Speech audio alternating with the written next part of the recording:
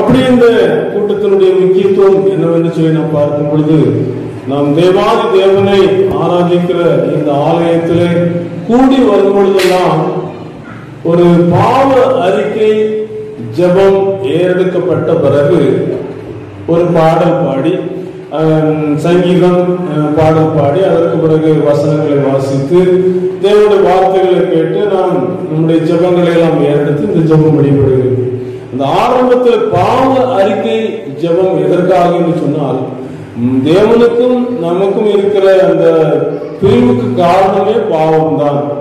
அந்த பாவத்தின் மூலமா தேவனோடு கூட வாழ முடியாம இந்த பூமியிலே பிசாசுடைய தந்திரங்களுக்கு, நம்முடைய காரியங்களுக்கு நாம் கீழ்ப்படிந்தபடினாலே தேவனற்றவர்களா இந்த உலகத்திலே வாழ்ந்து கொண்டிருந்தோம். ஆனாலும் நம்மை படைத்த தேவன் மனசு கேட்காம திரும்பவும் அவளுக்கு ஒரு மன்னிப்பு, ஒரு மாட்சிமை கொடுப்பதற்காக இந்த உலகத்திலே சொந்த குமாரன் இந்த உலகத்துக்கு அனுப்பி, சொந்த குமாரன் இந்த உலகத்துல எப்படி நான் ஒரு தாய் தகப்பனோடு கூட அந்த பிள்ளை இணைக்க முடியுமோ, அதே போல இயேசு தன்னால் முடிந்த காரியங்கள் எல்லாவற்றையும் தேவ திட்டப்படி தெளிவாக செய்து முடித்து விட்டார்.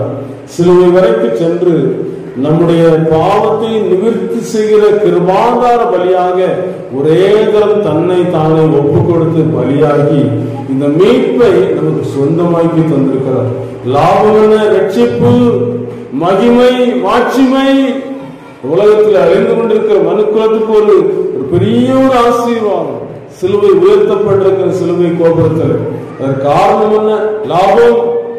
சிலுவை பற்றி உபதேசம் கெட்டுப்போவதற்கு பைத்தியமாக இருந்தாலும் ரட்சிக்கப்படுகிற நமக்கு ஒரு தேவ பலனாக இருக்கிறது. சிலுவை பக்கத்தில் வரும்போதுதான் நம்முடைய வாழ்க்கையில ஒரு மாற்றத்தை, ஒரு விடுதலை, ஒரு ரட்சிப்பை தருகிற. எங்கள் வாழ்க்கையெல்லாம் பாவத்தின் வழியிலே போய்கொண்டிருந்த அந்த காலத்திலே சிலுவைக்கு அருகிலே கொண்டு வருவதற்கான சில காரியங்களை செய்தார்.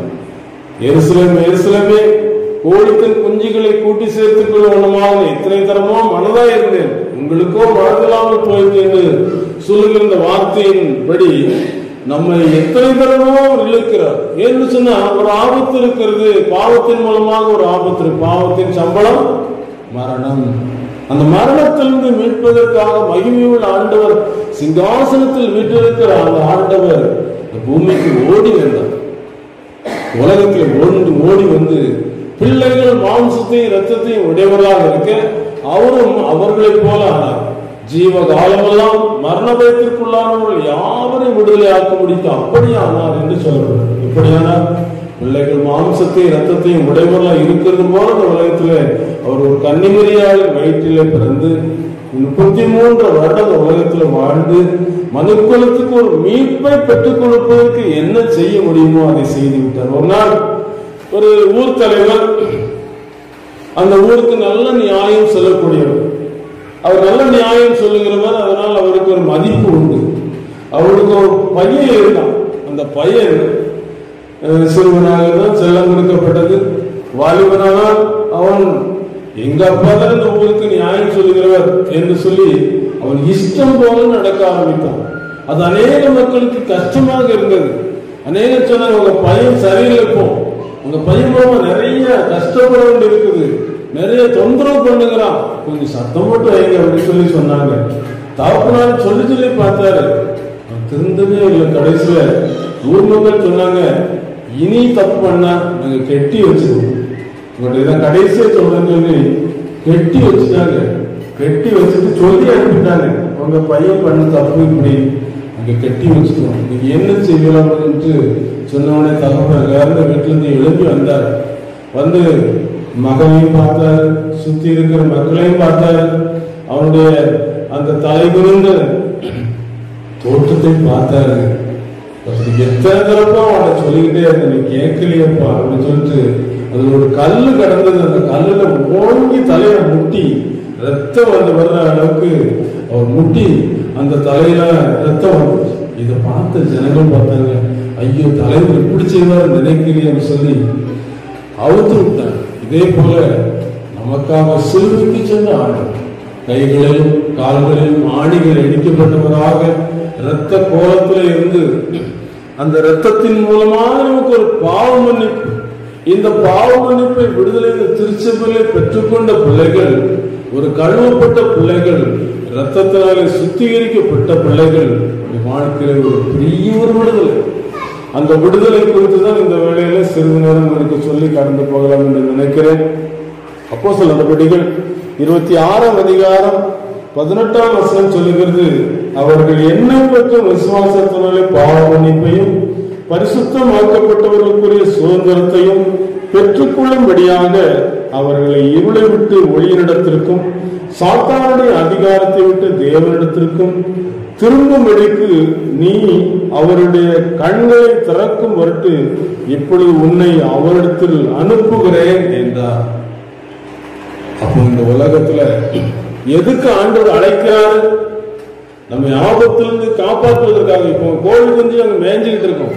அப்படி மேய்ஞ்சுக்கிட்டு இருக்கும்போது ஒரு கள்ளப்பாம்போ அல்லது அதற்கு ஆபத்தான ஒரு சூழ்நிலை வரும்போது ஒரு கெக்கரித்த உடனே இந்த குஞ்சுகள் யோசிக்கும், ஏதோ நம்ம அம்மா இப்படி ஒரு சத்தத்தை கொடுக்காங்க அப்படின்னு சொல்லிட்டு செட்டைகளுக்குள்ள வந்து என்ன செஞ்சோம், அடைந்து விடும். தேவன் நமக்கு அடைக்கலமும் ஆபத்து காலத்தில் துணையுமானவர். தேவன் நமக்கு அடைக்கலமும் ஆபத்து காலத்தில் துணையுமானவர். அவர் துணையுமான ஆண்டவராக இருக்கிறார்.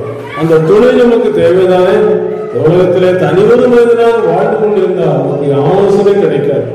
ஆண்டவரை ஏற்றுக்கொண்ட புதுசுல ஆண்டவர் கொடுத்த ஒரு வாக்கு தத்துவம் சங்கீதம் 32:8, நான் உனக்கு போதித்து நீ நடக்க வேண்டிய வழி உனக்கு காட்டுவேன், உண்மையிலே கண்ணை வைத்து உனக்கு ஆலோசனை சொல்லு. இப்படிப்பட்ட ஆலோசனை எடுத்தோம். அவருடைய ஆலோசனை உயர்வாங்க. நம்ம எண்ணங்களாம் கீழான உலகத்துல நம்ம தேவைக்காக நம்ம என்ன செய்யணும், நம்ம தேவைக்காக எப்படி படிக்கணும், எப்படி முன்னேறணும், எப்படி சம்பாதிக்கணும், எப்படி நம்ம பணக்காரர்கள் ஆகணும், எப்படி இந்த உலகத்துல செல்வத்தோடு செழிப்போடு வாழணும்னு சொல்லி நம்ம நினைவுகளாம் அப்படித்தான் இருக்கும். பூமிக்குரிய சிந்தனையோடு தான் இருக்கும். ஆனால் இந்த உலகத்துல ஏன் இப்படி ஒரு பரிசுத்தத்தை ஆண்டவர் நமக்கு மீட்பை சம்பாதித்து தர வேண்டும் என்று சொன்னால், நினையாத நேரத்தில் மரணம் வருகிறதாக, நினையாத நேரத்தில் மனுஷக்குமான உலகத்துக்கு வரப்போகிறார். மீட்டுக் கொள்வதற்காக வரும்போது ஆயத்தமாக கைவிடப்படுவோம்.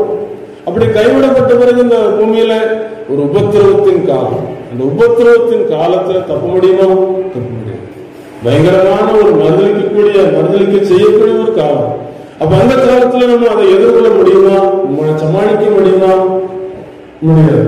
நமக்கு துணையாக கொடுக்கப்பட்ட அந்த ஆவியானவர் நம்முடைய வாழ்க்கையில ஒரு பரிசுத்தத்தை நிலைவரப்படுத்துவதற்காக திருச்சபையில இந்த திருச்சபை என்ன செய்கிறதுன்னு சொன்னா, பரிசுத்தத்தையும் பரிசுத்தம் இல்லாததையும் நமக்கு தெளிவுபடுத்துகிறது. எசேக்கியேல் 44:23 சொல்லப்பட்டிருக்கிறது, அவர்கள் பரிசுத்தமானதற்கும் பரிசுத்தம் அல்லாததற்கும் தீட்டானதற்கும் தீட்டல்லாததற்கும் இருக்கும் வித்தியாசத்தை என் ஜனத்துக்கு போதித்து அவருக்கு தெரிய பண்ண கடவர்கள். இந்த கூட்டத்தினுடைய முக்கியத்துவமான நோக்கம் என்ன? பாவம் நமக்கு அழிவை கொண்டு வரக்கூடியது. ஆகவே இந்த பாவத்திலிருந்து நம்ம விடுதலையாக்கப்பட வேண்டும், பாவம் மன்னிக்கப்பட வேண்டும், பாவத்தில் ஒரு மீட்பு கிடைக்க வேண்டும். மீட்பு கிடைக்கலன்னா மனசுக்குள்ள என்ன இருக்காது? தைரியம் இருக்காது, நிம்மதி இருக்காது. ஐயோ மரணம்ங்கிற பயம் நம்முடைய வாழ்க்கையில் ஒரு பயத்தை கொடுத்து கொண்டே இருக்கும். மரித்தா எங்க போவேன் என்று சொல்லி பயத்தை கொடுத்து கொண்டே இருக்கும். நித்தியம் எங்கே என்று சொல்லி ஒரு பயம் இருக்கிறது. இன்றைக்கு ஒரு மனிதனுடைய பாவம் மன்னிக்கப்படுகிறதோ அன்றைக்கு அவன் கழுவப்பட்டு ஒரு சுத்திகரிக்கப்பட்ட பிறகு ஒரு பெரிய ஒரு சந்தோஷம். என்ன சுகம் ஆகா, என்ன சுகம் என் ரட்சகரின் சமூக பேரானந்தம் பரமானந்த கூட்ட சுகானந்தம் அதை பெற்று அனுபவித்தார். என்ன சுகம் பொன்னக மேடையில் என்னேரம் பாடலாம், பொன்னக மேடையில் என்னேரம் பாடலாம், கிண்ணறம் பங்குள் வீணை இன்னோசை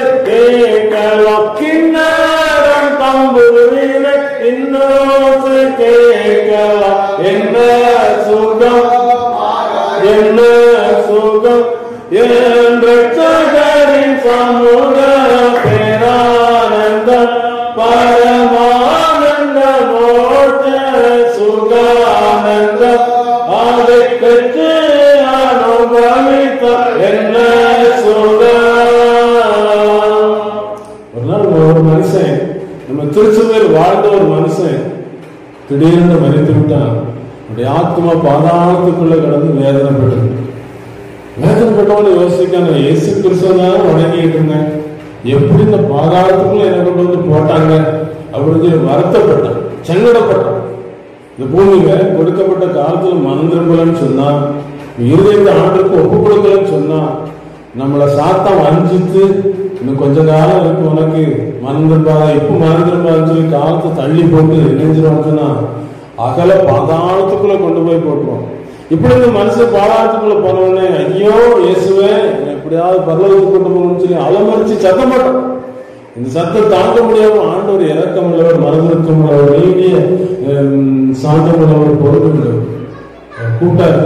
அவன் கூட்டாங்கத்துல தூதர்கள் அனுப்பி கூட்டம் பரலோகத்துக்கு பெரிய வெளிச்சம், சந்தோஷம். பரலோகத்துக்கு எப்படி இருக்கு தெரியுமா? ஜொலிக்கிற மாதிரி இருக்கும்.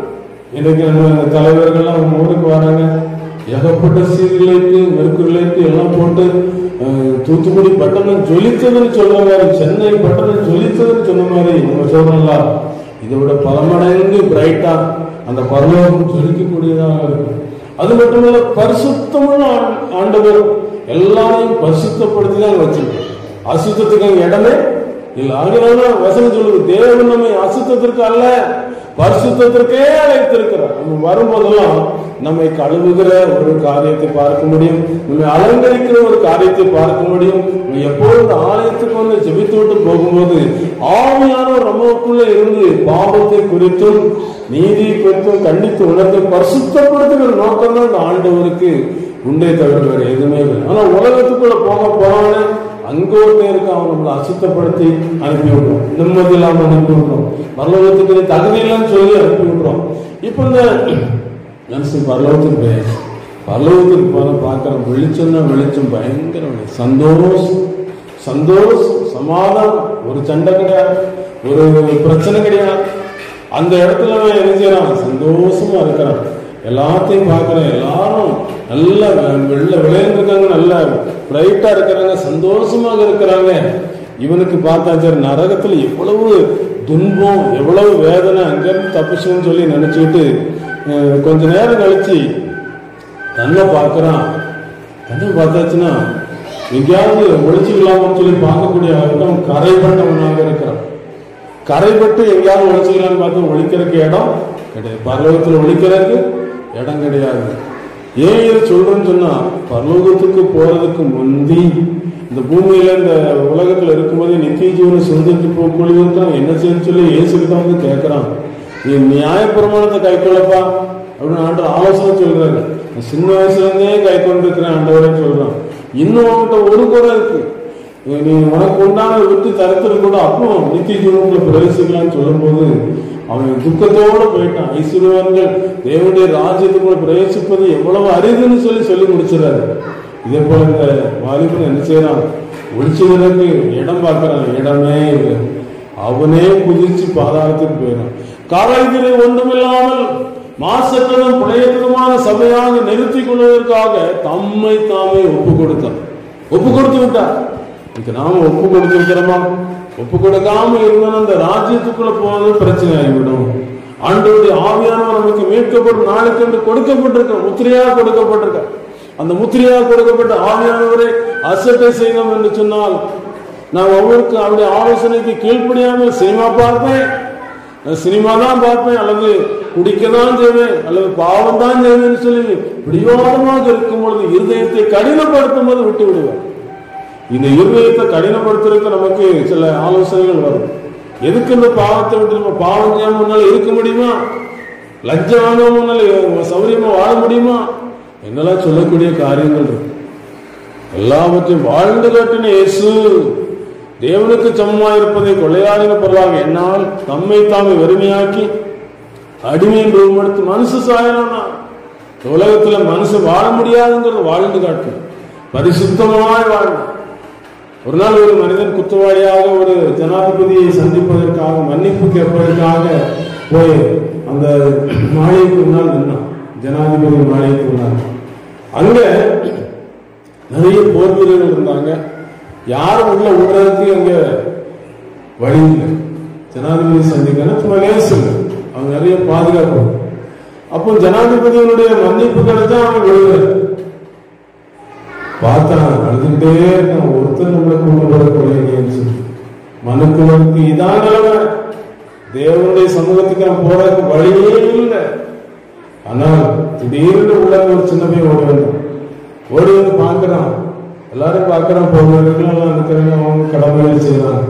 ஒருத்தன் அழுதுகிட்டு இருக்கான், அவனை பார்க்கறான்.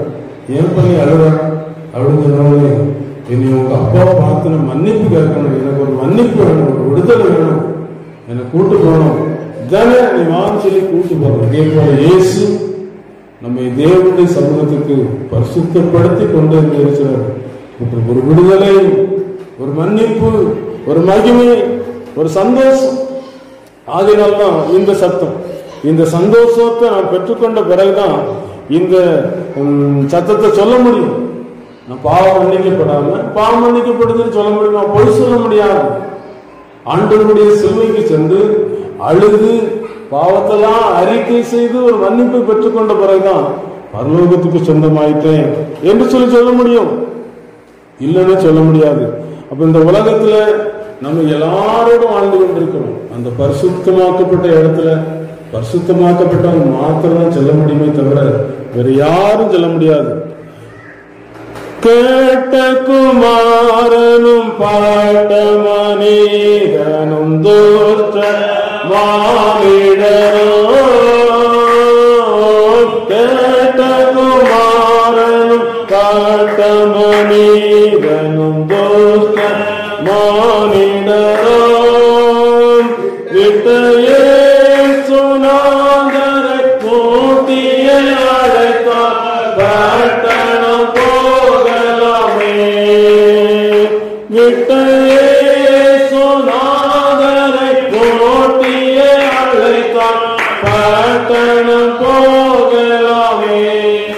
விட்ட இயேசுநாதரை முட்டி அழைத்தான், சத்தம் போட்டு ஆண்டவரே என்னை மன்னியும் என்று சொல்ல. மன்னிப்பு முக்கியம். இன்னைக்கு ஆதார் கார்டு இல்லாம எந்த ஒரு சலுகையும் அரசாங்கத்தில் மன்னிச்ச முடியாது, பெற முடியாது. இந்த உலகத்திலே இப்படி இருக்க, திடீர்னு சில சமயங்கள்ல சர்டிபிகேட் வச்சிருப்பாங்க, சர்டிபிகேட்டை பஸ்ல தவற விட்டு சொல்லுவாங்க, ஐயோ சர்டிபிகேட் போச்சேன்னு சொல்லுவாங்க. இன்னைக்கு நம்முடைய வாழ்க்கையில பாவம் மன்னிக்கப்பட்ட அந்த மன்னிப்பை சில சமயங்கள் நம்ம தவற விட்டுருப்போம். ஏதோ ஒரு பாவத்தில் விழுந்து நீ என்ன நிலைமையில் விழுந்தாய் என்று நினைத்து மனந்திரும் எழுந்தி நீதிமான் 70 விழுந்தாலும் எழுந்திருப்பான்னு சொல்லப்படுது. நமக்குள்ள பரிசுத்தம் இல்லைன்னு சொன்னா தேவனை தரிசிக்க முடியாது. இருதயத்தில் சுத்தமுள்ளவர்கள் பாக்கியவான்கள், அவர்கள் தேவனை தரிசிப்பார்கள். பரிசுத்தம் இல்லாமல் தரிசிக்க முடியாது. அங்க கெட்ட குமாரனுக்கு இடம் இல்லை. இளைய குமாரன் தகப்பனோடு தூரமாய் போய் தன்னுடைய ஆசையெல்லாம் அழித்து துன்மார்க்கமாய் ஜீவனம் பண்ணி பண்டிக்கு போகிற தவிடு கூட கிடைக்காம புத்தி தெளிந்த பிறகுதான் யோசிக்கும். தகப்பன வீட்டுல நிறைய பேருக்கு பூர்த்தியான சாப்பாடு, நல்ல சாப்பாடு, நான் இந்த பண்டிகை போற தவிடு கூட கிடைக்காம வேதனைப்படுறேன் அப்படின்னு சொல்லி அவனுடைய நிலைமையை யோசிக்கிறேன். தெளிந்த புத்தியோடு கூட தகப்பட்ட போய், தகப்பனே பரத்துக்கு உமக்கும் பாவம் செய்தேன், இனி இன்னும் உங்களுடைய குமாரன் சொல்லப்படும் தகுதி இல்லை, ஒரு கூலிக்காக ஒருவராக வைத்துக் கொள்ள சொல்லி தாழ்த்துகிறான். தாழ்மையோடு சொல்றான். அவன் பரிதாபத்துக்குள்ளவனா இருக்கிறான். தூர வரும்போதே தகப்பன் ஓடி போய் கட்டி பிடிக்கிறார். கட்டி பிடித்து தன்னுடைய அன்பெல்லாம் வெளிப்படுத்துறார். பாவரிக்கை செஞ்ச உடனே அவனுடைய பழைய வஸ்திரம் கலைந்து போடப்படுது, புதிய வஸ்திரம் கொடுக்கப்படுது, மோதிரம் போடப்படுது, பாதரட்சை போடப்படுது. சந்தோஷம், மகிழ்ச்சி, எவ்வளவு சந்தோஷம் தெரியுமா? அந்த சந்தோஷத்தை தான் நீங்க உங்க மத்தியில் சொல்ற. கொஞ்சம் பரலோகத்துக்குள்ள ஒரு ஆத்மா பிரவேசிப்பு தடை என்னன்னு சொன்னா, ரத்தத்தினால் கழுவப்படாத ஒரு நிலைமை இருக்கணும்னு சொன்னா அதுதான் தடை. இயேசு கிறிஸ்து ரத்தத்தினால கழுவப்பட எத்தனையோ சந்தர்ப்பம் கொடுக்கப்படும். ஒரு நாள் ஒரு இடத்துல ஒரு பெரிய ஒரு வெள்ளம் அதிகமா வந்துகிட்டு இருந்தோடனே நிறைய மீட்பு படையினர் இருந்தாங்க. மீட்பு படையினர் வந்து ஒரு இடத்துல ஒரு வீட்டுக்குள்ள ஒரு மனுஷன் தப்புறதுக்கு யோசிச்சுட்டு இருக்கும்போது போய் அவங்க கூப்பிடுறாங்க, எங்க படகுல ஏறிக்க, நாங்க உன்னை காப்பாத்திடுறோம்னு சொல்றாங்க. நான் நல்ல ஜோம் பண்ணிட்டு இருக்கேன், ஆண்டவனை காப்பாற்றுறோம்னு சொல்லி சொல்றான். வெள்ளம் அதிகரிச்சுக்கிட்டு இருக்கு. அந்த வீட்டு முதல் மாடி வரைக்கும் தண்ணி வந்துட்டு மேல போயிடுறான். போனவங்களை திருப்பி அடுத்தாலையும் என்ன செய்யறாங்க, அந்த காப்பாத்துறதுக்கு இந்த பாதுகாப்பு படைகள் வராங்க, கூப்பிடுறாங்க, நீ வந்துரு தம்பி, வெள்ளம் அதிகரிச்சுக்கிட்டு இருக்கு, நீ வந்துருன்னு சொல்றாங்க. இல்ல ஆண்டவர்கிட்ட ஜெபம், ஆண்டவர் கட்டாயம் காப்பாத்துவார்னு சொல்றான். திருப்பி தண்ணி நிறைய ஆயிடுச்சு, மேல மாடிக்கு வந்துடும். மாடிக்கு வந்து நிக்கிறான், அங்கேயும் தண்ணி நிறைய வந்துச்சு. ஹெலிகாப்டர்ல போறவங்க பார்த்து, தம்பி இந்த கயிறை பிடிச்சிக்க, கயிறை பிடிச்சிக்க, நான் உங்களை காப்பாத்திடுறோம், இல்ல ஆண்டவரை காப்பாத்துவார்னு சொல்லிடுறான். இருதயம் கடினப்பட்டு போச்சு, வாழ்க்கையில கைவிடப்பட்ட ஒரு நிலைமைக்கு போயிடும். ஆண்டவர்கிட்ட வந்து கேட்கிறேன், ஆண்டவர் நீங்க ஏன் என்ன காப்பாத்தல? உனக்கு 3 தரம் உனக்கு ஆட்கள் அனுப்புன, நீ அதை ஏற்றுக்கொள்ளலையே, ஏற்றுக்கொள்ளலையே. இருதயத்துக்குள்ள இந்த ரட்சிப்பின் வார்த்தையை ஏற்றுக்கொண்டிருக்கிறாயா? ஏற்றுக்கொள்ளலையே. மனம் திரும்புன்னு சொல்லியாச்சு, பாவத்தை அறிக்கை செய்யணும்னு சொல்லியாச்சு, என்னை பற்றி விசுவாசத்தினாலே பாவ மன்னிப்பையும் பரிசுத்தமாக்கப்பட்டவருடைய சுதந்திரத்தையும் அவருக்கு சொந்தமானவர்கள் மீட்கப்படும் ஆவியானவர் அச்சாரமாக இருக்கிற கொடுக்கப்பட்டிருக்க ஆவியான நமக்குள்ள இருந்து சொல்லிக்கிட்டே இருப்பார். எதுவரைக்கும் சொல்லுவார்? நமக்கு கிருபையின் காலம். நோவா பேழைக்குள்ள ஏறும்போது அவரு 120 வருஷம் 120 வருஷம் அந்த பேழையை உண்டு பண்ணும்போது ஜனங்களுக்கு சொல்லிக்கொண்டே இருந்தார், ஒரு பெரிய ஜலப்பகை வரப்போகுது, இந்த உலகம் அழிய போகுது, அதுக்காக இந்த பேழையை கட்டுறேன் என்று சொல்லிக்கொண்டே இருந்திருப்பார். பேழையில வேலை செஞ்சு கூட இருந்திருப்பாங்க. 40 நாள் மழை பெஞ்சு பூமியை ஊற்றிக்கணும், அந்த பேழை மிதக்க ஆரம்பிச்சு நோவுடைய குடும்பம் உள்ள போச்சுது. ஆண்டவர் என்ன செஞ்சாருன்னா, கீழே கதவை திறந்தாச்சுன்னா அவனுக்கு ஒருவேளை திறந்துருவான், தண்ணி உள்ள போய் அவன் அழிஞ்சிருவான்னு சொல்லி மேல வாசலை வை சொல்லி வச்சுட்டாரு. ஏன்னா மேல வந்து என்ன செய்ய முடியாது, ஆபத்து வராது, அந்த பேழைக்குள்ள தண்ணி போக முடியாது. மேல வச்சு கதவை ஆண்டு பூட்டிட்டாரு. யாராச்சும் அந்த மழை வந்து இத்தனை பேர் என்ன செஞ்சிருப்பாங்க, ஐயா நோவா கேட்டும் இல்லையே கேட்டும் இல்லையேன்னு சொல்லிருக்கோம். ஒரு அருமையான வாலிப வயசுல வாழ்ந்த பாட்டிக்கு சுவிசேஷம் சொல்லப்படும். அவங்க தனியானதான் சுவிசேஷத்தை சொல்லி, பாட்டி நம்ம இந்த உலகத்துல பாவத்துல பிறந்திருக்கோம், அதனால பாவம் செய்யாத மனுஷனே கிடையாது, ஆனா பாவத்தை மன்னிக்கிறதுக்கு இயேசு வந்திருக்கிறார். பாவத்தை மன்னிக்கிறதுக்கு மனுஷகுமாரனுக்கு மாத்திரம்தான் அதிகாரம் உண்டு, வேற யாருக்கும் அதிகாரம் கிடையாது. பரலோகத்திலையும் அவர் தான் இருக்கிறாரு, பூமியிலையும் அவர் தான் இருக்கிறார். இன்னைக்கு வலது வருஷத்திலிருந்து நமக்காக பரிந்து பேசுகிறாரு, வேற யாரும் இயேசு தான் பரிந்து பேசுகிறார். ஒருவன் பாவம் செய்வானால் நீதிபரராக இருக்கிற இயேசு நமக்காக பிதாவிடத்தில் பரிந்து பேசுகிறார். ஏன்னா இவனை ரத்தம் செஞ்சு இருக்கிறேன், நான் கரையை கொடுத்திருக்கேன்னு சொல்லி நமக்காக பரிந்து பேசிக் கொண்டு இருக்கிறார். அப்போ இந்த நாட்கள் பாட்டிக்கு சுவிசேஷம் சொல்லப்படுது. பாட்டி வேற மார்க்கத்தில் இருந்ததுனால அவங்க என்ன செஞ்சுட்டாங்கன்னா, அவங்க எனக்கு நான் யாருக்கும் எந்த அநியாயமும் செய்யலையா, அந்த ஆண்டு நல்ல இடம் தருவான்னு சொல்லி சுவிசேஷத்தை ஏற்றுக்கொள்ளல. இன்னைக்கு ஒரு தபால்ல உங்களுக்கு வேலை கிடைச்சிருக்கு, நீங்க வாங்கன்னு சொன்னா நீங்க உடனே புறப்பட்டு போயிருவீங்களா? இதே போல பரலோகத்தில் நமக்கு ஒரு இடத்தை ஆண்டவர் ஆயத்தம் பண்ண போயிருக்கிறாரு. என்னிடத்தில் விசுவாசமா இருங்கள், தேவனிடத்தில் விசுவாசமா இருங்கள், நானே வழியும் சத்தியமும் ஜீவனும் இருக்குன்னு சொல்லி முடிச்சிட்டார். நானோவிலுக்கு ஜீவன் உண்டாயிருக்கும், அந்த ஜீவன் பரிபூர்ணப்படம் வந்தேன்னு சொல்லிட்டாரு. இப்படி சொன்ன ஆண்டவர் நமக்கு என்ன சொல்றாரு? ஏற்றுக்கொள். திருமண ஆராதனைக்கு வருவாங்க, இவங்க கணவனாக ஏற்றுக்கொள்றேன்னு சொல்லி கேட்பாங்க. ஏற்றுக்கொள்ளுகிறேன்னு சொன்னாச்சுன்னா தான் அடுத்த பகுதிக்கு போவாங்க. ஏற்றுக்கொண்டிருக்கோமா இன்னைக்கு சுவிசேஷத்தை? இயேசுவை ஏற்றுக்கொண்டவர்களுக்கும் ஏற்றுக்கொள்ளாதவர்களுக்கும் தான் வித்தியாசம். அப்ப பாருங்க, அந்த ஒரு வசனத்தை மாத்திரம் நான் உங்களுக்கு நினைவுபட்டி ஒரு சில காரியங்களை ஆண்டவர் நமக்கு அதை நினைவுபடுத்துவாராக. 2 தெசலோனிக்கேயர்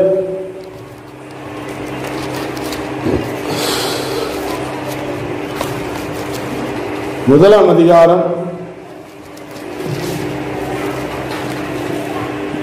8, 9 வசனத்தினை வாசிக்கிறேன். கர்த்தராகிய இயேசு தமது வல்லமையின் தூதரோடும் ஜுவாலித்து இருக்கிற அக்னியோடும் வானத்திலிருந்து வெளிப்படும் போது அப்படியாகும். அந்நாளிலே தம்முடைய பரிசுத்தவான்களில் மகிமைப்படுத்தவராயும் நீங்கள் எங்களுடைய சாட்சியை விசுவாசித்தபடினாலே உங்களிடத்திலும் விசுவாசிக்க எல்லா இடத்திலும் ஆச்சரியத்துக்கு அவர் வரும்போது 10 சொல்லப்பட்டிருக்கு. அவர்கள் கர்த்தருடைய சன்னிதானத்திலிருந்தும் அவருடைய வல்லமை பொருந்திய மகிமையிலிருந்தும் நீங்கள் ஆகி நித்திய அழிவாகிய தண்டனை அடைவார்கள்.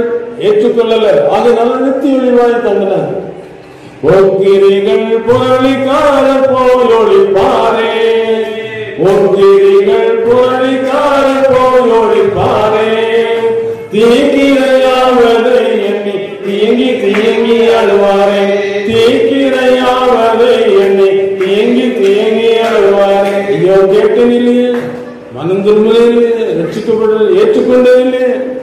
நான் ஒரு நாள் நல்ல ஒரு அற்புதமான ஒரு காட்சி நான் ஏற்றுக்கொண்ட சில வருடங்களுக்குள்ள அந்த காட்சி கண்டேன்.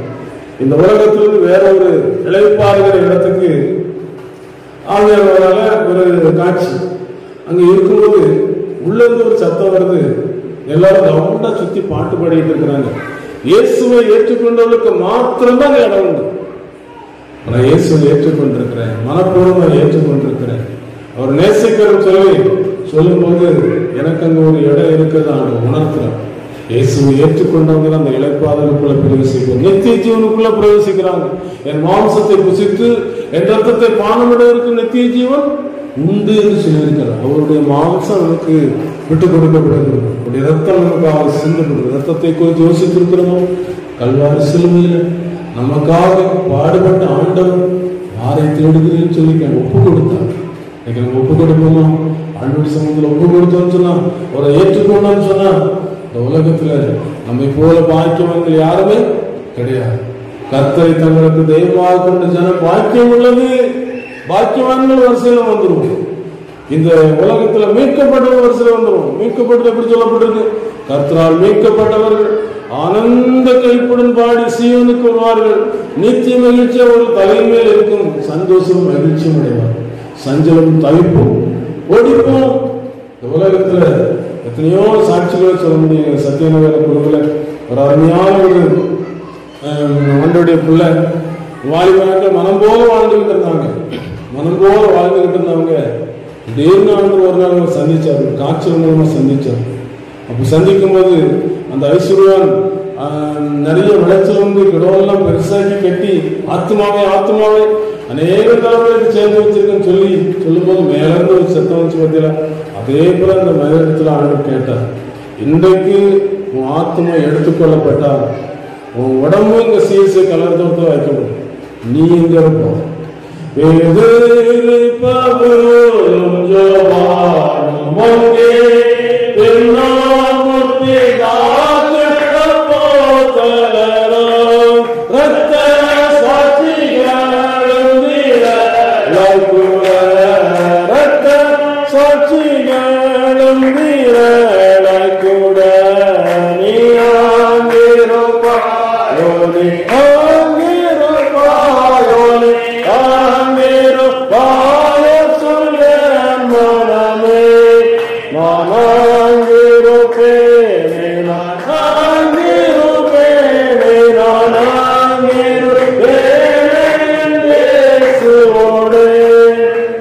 வெளிப்படுத்தின விசேஷம் 7ஆம் அதிகாரம் 9ஆம் வசனம் சொல்லப்பட்டிருக்கு. இவர்களுக்கு பின்பு நான் பார்த்தபோது இதோ சகல ஜாதிகளிலும் கோத்திரங்களிலும் ஜனங்களிலும் வாசைக்காக வந்ததும் ஒருவரும் எண்ணக்கூடாத திரளான கூட்டமாய் ஜனங்கள் வெள்ளை அங்கிகளை தரித்து தங்கள் கைகளை குருத்தோலைகளை பிடித்து சிங்காசனத்துக்கு முன்பாக ஆட்டுக்குட்டியாக முன்பாக நிற்க கண்டேன். வெண் வஸ்திரம் தரித்து நிற்பாங்க. வெண் வஸ்திரம் தரித்து நிற்கிற கூட்டத்தில் நம்ம நிற்கணும்னு சொன்னா, இந்த திருச்சபையில நம்ம சொல்லப்படுகிற அந்த வார்த்தைகளை சுவிசேஷத்தை கேட்டு ஏற்றுக்கொண்டு சுத்திகரிக்கப்பட வேண்டும். சுத்திகரிப்பு மிக மிக முக்கியம். இன்னைக்கு நம்ம வீட்டுல இருந்து புறப்படும் வந்து நம்ம எவ்வளவு அலங்காரம் பண்ண, எத்தனை பேரும் கண்ணாடி பார்க்கிறோம். அதே போல நம்முடைய இந்த உலகத்துல ஒரு வெளிநாட்டுக்கு போகணும்னு சொன்னா அந்த வெளிநாட்டுல நம்ம அனுமதி வாங்கணும். அங்க அனுமதி வாங்காம நம்ம போக முடியாது. எங்க இருந்து வந்தாலும் கேட்போம், பிளைட்ல ஏற்றவே மாட்டான் முதல்ல, அதுக்குரிய அனுமதி வாங்கணும். இந்த திருச்சபையில நமக்கு கொடுக்கப்படுகிற ஒரு விலை மதிக்க முடியாத காரியம் என்னன்னு சொன்னா, ரட்சிப்பு, மீட்பு, ஒரு சந்தோஷம், ஒரு விடுதலை, ஒரு பாவ மன்னிப்பு. ஒரு நாள் ஒரு பெரிய ஒரு செல்வத்தில் நல்ல வசதியான ஒருவர் என்ன செஞ்சாருன்னா, அநேக சுற்றுலா போறார். உலகத்துல வாழ்ந்து கொண்டிருந்தார். அவர் படகுல ஏறி ஒரு ஏரியில பயணம் செஞ்சார். பயணம் செஞ்சுட்டு போது அந்த படகு ஓட்டிகிட்ட கேட்கிறாரு, தம்பி நீ நல்லா படிச்சிருக்கலாமே, நல்ல உலக உத்தியோகத்துல வந்திருக்கலாமே, ஏன் இப்படி படகு ஓட்டிட்டு இருக்கா அப்படின்லாம் கேட்டிருக்கிறாரு. இப்படி போயிட்டு இருக்கும்போது இவரும் தன்னுடைய காரியங்களை சொல்லிருக்காரு. எனக்கு நல்ல வசதி இருக்குது, நல்ல வீடு வாசல் இருக்கு, நான் அப்படி இருக்கேன் அப்படின்னு சொல்லி தன்னை குறித்து பெருமையாக சொல்லிக் கொண்டிருந்தது. திடீர்னு ஒரு காற்றடிச்சு ஒரு பெரிய ஒரு சூறாவளி வந்திருக்கு. இவன் கேட்டிருக்காங்க படகோட்டுறவன், நீச்சல் தெரியுமா? தெரியாத தம்பி. நீச்சல் தெரியாத தம்பி, எனக்கு நீச்சல் தெரியும், நான் தப்பிச்சுக்குவேன். உலகத்துல எத்தனையோ மக்களுக்கு இந்த ரட்சிப்பு குறித்து சொல்லப்போனா தடுக்கிற ஒரு காரியம் நடந்துகிட்டு இருக்கு. இந்த தடுக்கிற காரியத்துல இருந்து அவங்களுக்கு ஒரு விடுதலை கிடைக்கணும். ரட்சிப்பு இலவசம். ஆண்டவர் நமக்கு இந்த உலகத்துல இலவசமான ரட்சிப்பு தந்திருக்கிறார். மனம் திரும்புங்கள் என்று சொல்லி சொல்லியிருக்கிறது. மனம் திரும்பும் போது நமக்குள்ள ஒரு ரட்சிப்பை ஆண்டவர் தருகிறார். இந்த ரட்சிப்பை பெற்றுக்கொண்டு ரட்சிப்பின் பாத்திரத்தை எடுத்துக்கொண்டு கர்த்தருடைய நாமத்தை தொழுது கொள்வேன் என்று சொன்னபடி ஆண்டவருடைய சமூகத்தில் வரும்போது இன்றைக்கு நம் ஆண்டவருக்கு நம்மை ஒப்பு கொடுத்தால், அவரை ஏற்றுக்கொண்டால் நம்மோடு கூட இருப்பார். நம்மோடு கூட இருந்து நித்திய ஜீவகரை சேர்க்கும் வரைக்கும் அவர் நம்மோடு கூட இருந்து நம்மை கைவிடாமல் காப்பார். வருவார்,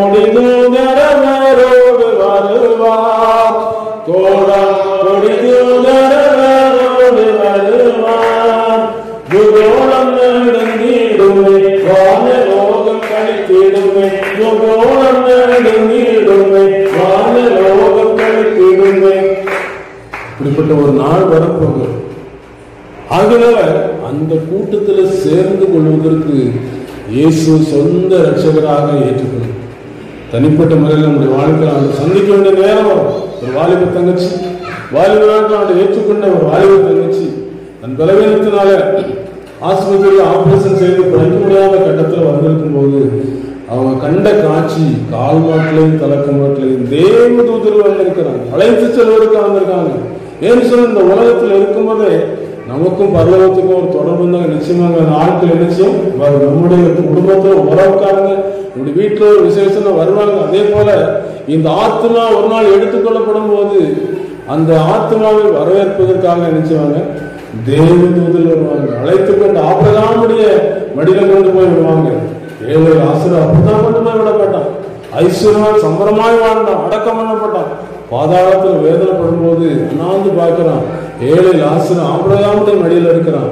இவன் பாதாளத்தில் ஒரு சொல்லி தண்ணிக்காக வேதனைப்பட்டான். கிருபை இழந்து விட்டான்.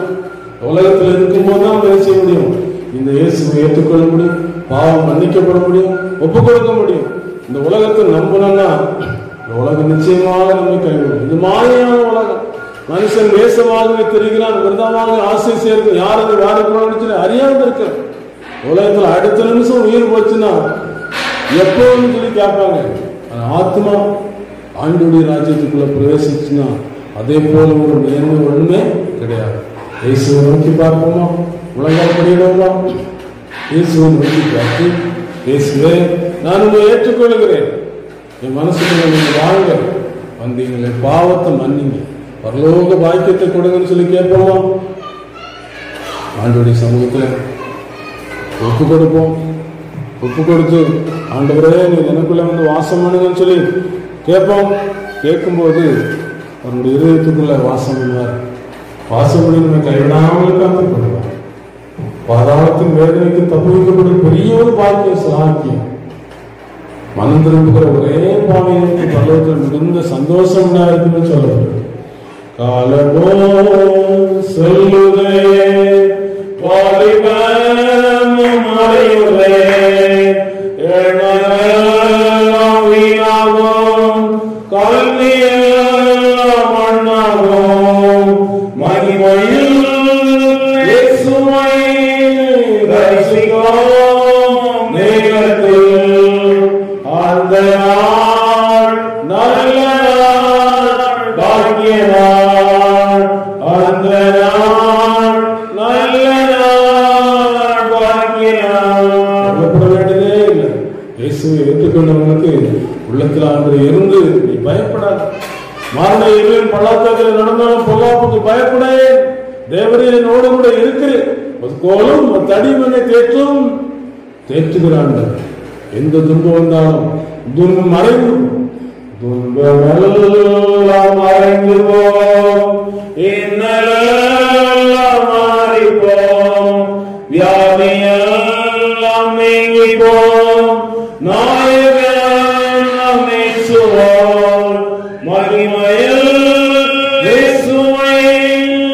தரிசிக்கும் நேரத்தில் அந்த நாள் நல்ல நாள், பாக்கிய நாள். அந்த நாள் நல்ல நாள், பாக்கிய நாள். இனி இவர்கள் பசி அடைவதும் இல்லை, இனி தாகம் அடைவதும் இல்லை, வெயிலாகிலும் உஷ்ணமாகிலும் இவர்கள் மேல் படுவதும் இல்லை. ஆட்டுக்குட்டியானவர்கள் ஜீவ ஊற்றண்டைக்கு நடத்துவார். பெரியவர் லதா மங்கேஷ்கர் இந்த உலகத்தை விட்டு போகிற சூழ்நிலை வரும்போது அவங்க மரணத்தை நெருங்கிட்டோன்னு தெரிஞ்ச பிறகு அவ்வளோ பெரிய மாளிகையில் இருந்து எனக்கு ஒரு 5 அடி நிலம் தான் எனக்கு சொந்தம், இந்த உலகத்தை விட்டு போகிறேன்னு சொல்லி அவங்க கலங்கி இருக்கிறாங்க. பத்திரிகையெல்லாம் செய்தி வந்துச்சு. ஏன் இதை சொல்லணும்னு சொன்னா, மரணங்கிறது பயங்கரமானது. ஒரு மருத்துவர் ஒரு வழியில ஒரு நாய் அடிபட்டதை கடந்து தன்னுடைய டிக்கியில் போட்டு அதுக்கு மருத்துவம் செய்து சுகமாக்கி விட்டார். சில நாட்கள் கழிஞ்ச பிறகு திருப்பி வீட்டு கதவை தட்டு சத்தம் கேட்டுச்சு. இவர் திறந்து பார்க்கிறாரு, அந்த காப்பாற்றப்பட்ட நாய் இன்னொரு நாயை கூட்டம். அதே போல நாங்க ரட்சிக்கப்பட்ட இந்த சாட்சிய இந்த வசனத்தின் அடிப்படையில் உங்களுக்கு சொல்றோம். பரலோகம் என்பது நமக்கு சொந்தமாகிறதுக்கு ஒரே ஒரு காரியம் தான், இயேசு நம்முடைய உள்ளத்திற்குள்ள வந்துவிட்டால் நமக்கு இந்த உலகத்திலே அந்த அனுமதி கிடைத்து விடும். உலகத்தின் மாந்தரே கலந்தாது வாருமே, இயேசுவை அண்டினால் கிளேசங்கள் மாறிப்போம். மகிமையில் இயேசுவை தரிசிக்கும்